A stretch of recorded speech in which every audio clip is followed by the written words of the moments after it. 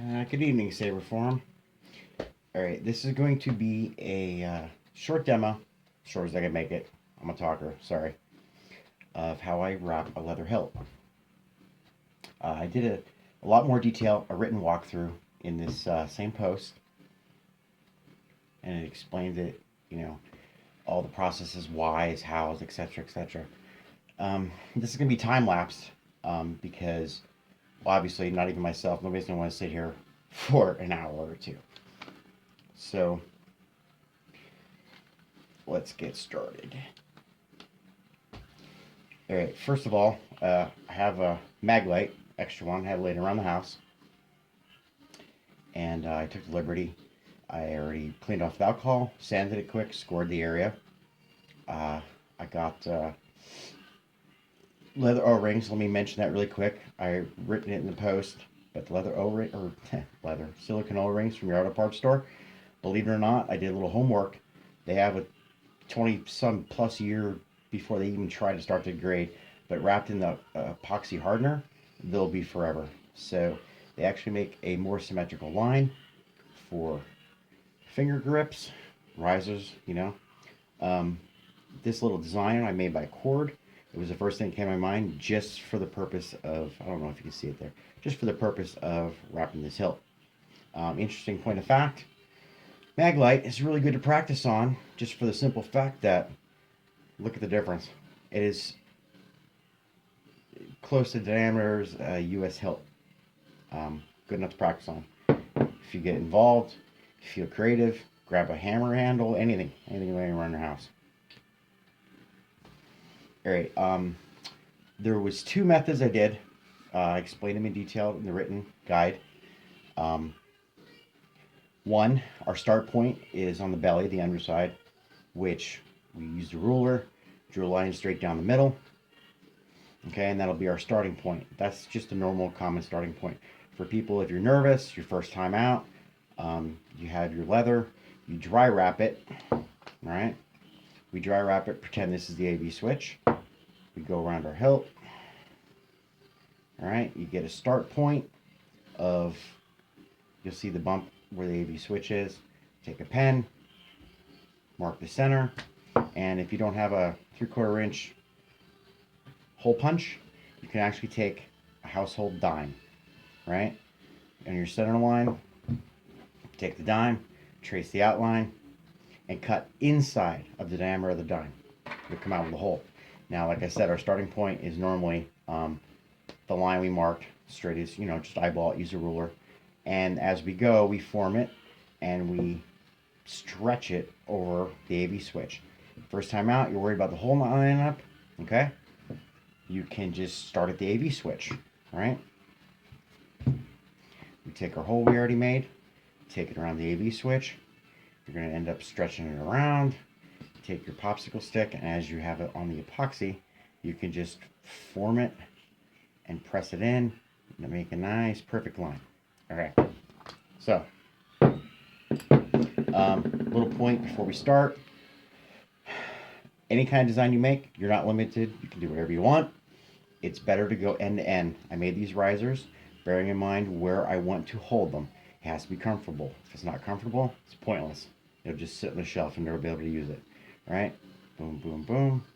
All right, that'll be comfortable for me. I just, like I said, this silly little design I made. You're better off for no gaps or no abrupt stops. Just take your cord. I use 3.2 millimeter, any craft star. You can make it as, you can buy as thin or thick as you want. It's nice to go to between two gaps of an O-ring, or you can use leather cord like I used to do on sword hilts. End to end. Now, if you have a design that's going to stop in the point of the middle of your saber, what you can do is, so it's not an abrupt stop like I said, just take your hobby knife and you can lightly at an angle shave it down, right? It'll become a fine point. So when we wrap our leather around it and we form it, okay, it'll press and it'll, I like to call it a fade. It'll fade right into your hilt. Okay. For clean line purposes, I took the little switch out of the Maglite, but we're going to get started. Okay, last thing before we start, any design you make, try to avoid um, the the cord or your O-rings in the first for what it concerns. Um, Close together, sharp angles, because the closer the lines together, the harder to form the smaller areas. Start with something wide. As you get the feel of it, more practice, you can do whatever you want. All right. Be right back.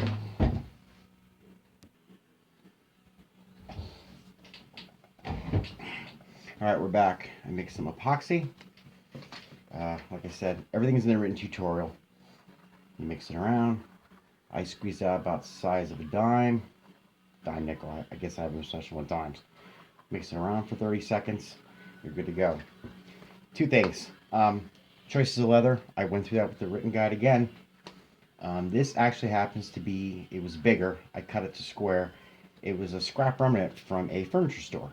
I usually use whole hides, half hides, pieces, whatever I find. There's places on eBay and Etsy that I buy them. They're already treated. This piece in particular, these pieces from the first store, you can see the shine on it, the sheen. It already has a little, like a conditioner treated on it. Normally, first thing we do is we get our leather, dabbing, what I was talking about.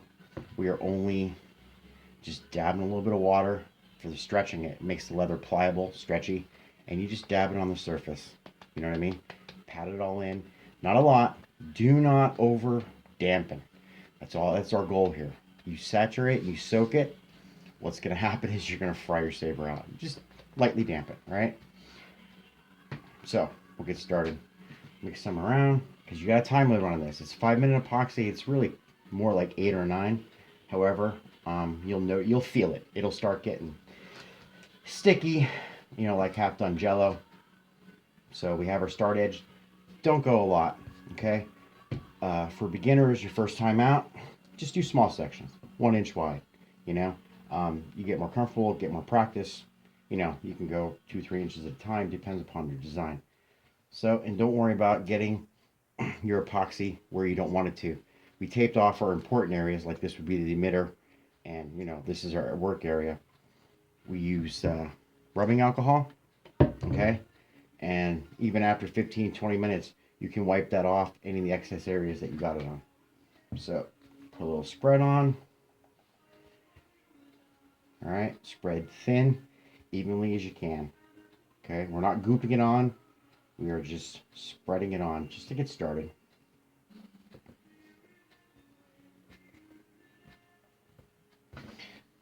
I'm a finger guy. I like to do everything held in my hand, so I'm trying to do this so you can see.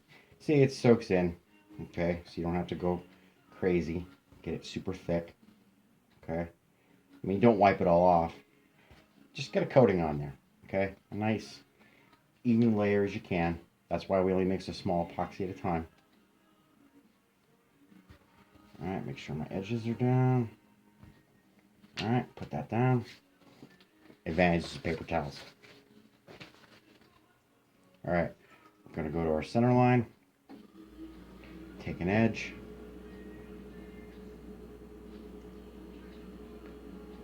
Line it up. You don't have to go crazy at first. We're not pressing real hard. We're just getting it down. Okay, obviously the risers take up a little bit of room. We're just kind of tacking it down just for the moment. Okay. All right. We start getting it stuck. All right. Just a little bit, and we can start working with this second. Oh, another mentionable note. I use bigger size O-rings just so I could get a lot of definition out for the video. Normally, like you see on my Manicore, and even the Menace I did, it's a lot smaller. Okay, the cord's still, like I said, 3.2 millimeter on a spool, but it comes out like 22 millimeter. All right, so start in the middle. If you got designs like that, right, because you don't want to lift up the other edge. Get our edge started. All right, we're following the existing Sharpie line I had made. And if you feel the leather's not cooperating, simple. Dab a little bit more water on it, make it more pliable.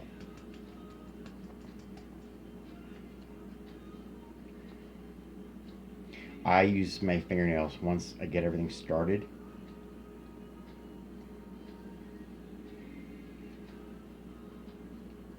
Now, whichever end you go, make sure you cover whatever you spread on, make sure it adheres to your project, okay?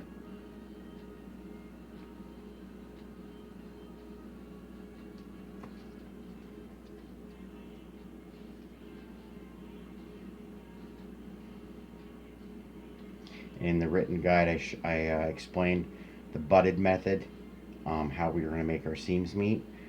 And then there's also a shaved method, which when you're first trying it out, you should just use the butted method. It's easier, okay? See how it's starting to grip, okay?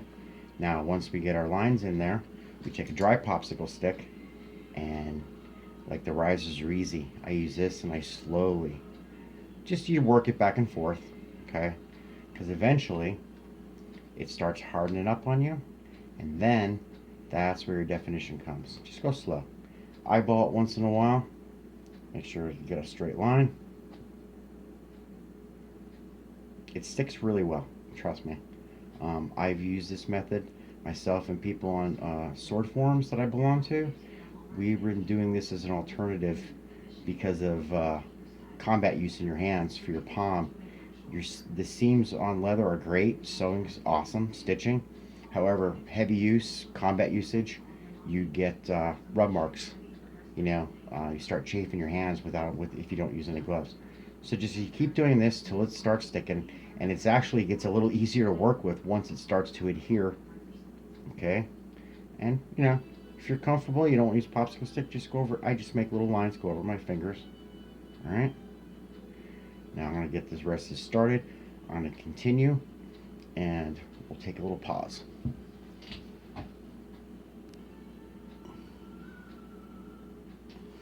All right, welcome back. Elapsed time, about 30 minutes, 25, 30 minutes. All right, so what we did here was our edge point, we kept going around, and as we go over our design, I normally use a popsicle stick and I go through all the risers. All right, fingernails at first. That helps get the definition.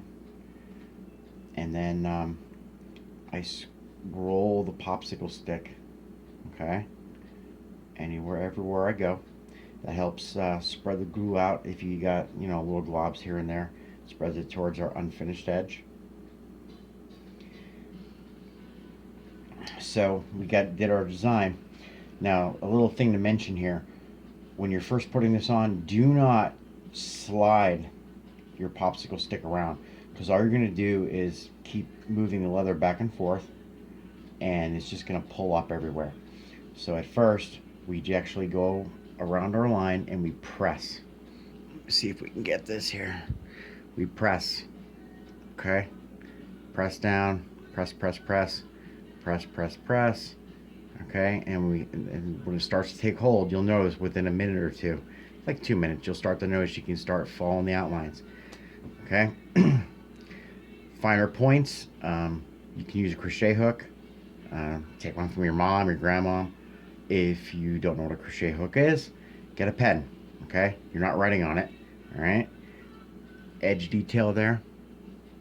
Just take your pen, press, don't slide. Press in the fine corners, all right? Fine tip edges. And it'll do whatever you want it to do. You'll feel it. You just gotta keep going over it. You do this for a second, and then you go back, do your grooves, okay? Don't worry if you see little marks with your pen. I meant not like the pen mark, but like little indentations, because after a few minutes they will go away. We had a lot of indentations here with our fingernails. Right now they're gone, okay? Because the leather is moist. If it starts getting hard to work with, once again, dip your fingers in, just start patting your leather a little bit. Let the water soak in, okay? It gets more pliable, more stretchy. You can maneuver it around however you want. All right, I have some epoxy mix now. What I'm going to do is I started the camera back up. I wanted to show you. I kept going over this, until it's really started to take hold. You just keep going and make sure wherever you stop with your epoxy, go way past it on your forms, okay? Because what will happen is if you don't, if you stop short, the epoxy will harden up, okay? You don't see any here, but the epoxy will harden up if you don't get a layer down, and then when you restart where you left off, there'll be a spot, okay? So we went around our forms, our risers, right? Our little design.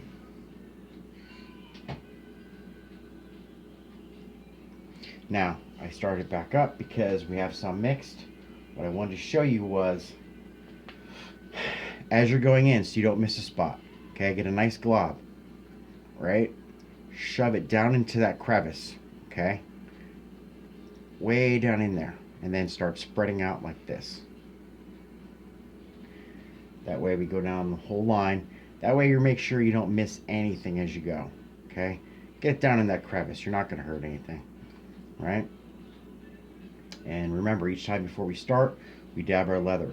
In this case, for a little bit more speed, what I was doing is I was dabbing the inside. See where it's dry compared to where it's wet? Not a lot. Just dab with your fingertips. Just dab it in there, get it moist, all right? So we'll continue to do this, and we are going to stop short of where our original seam was created, okay? And I'll show why in a minute.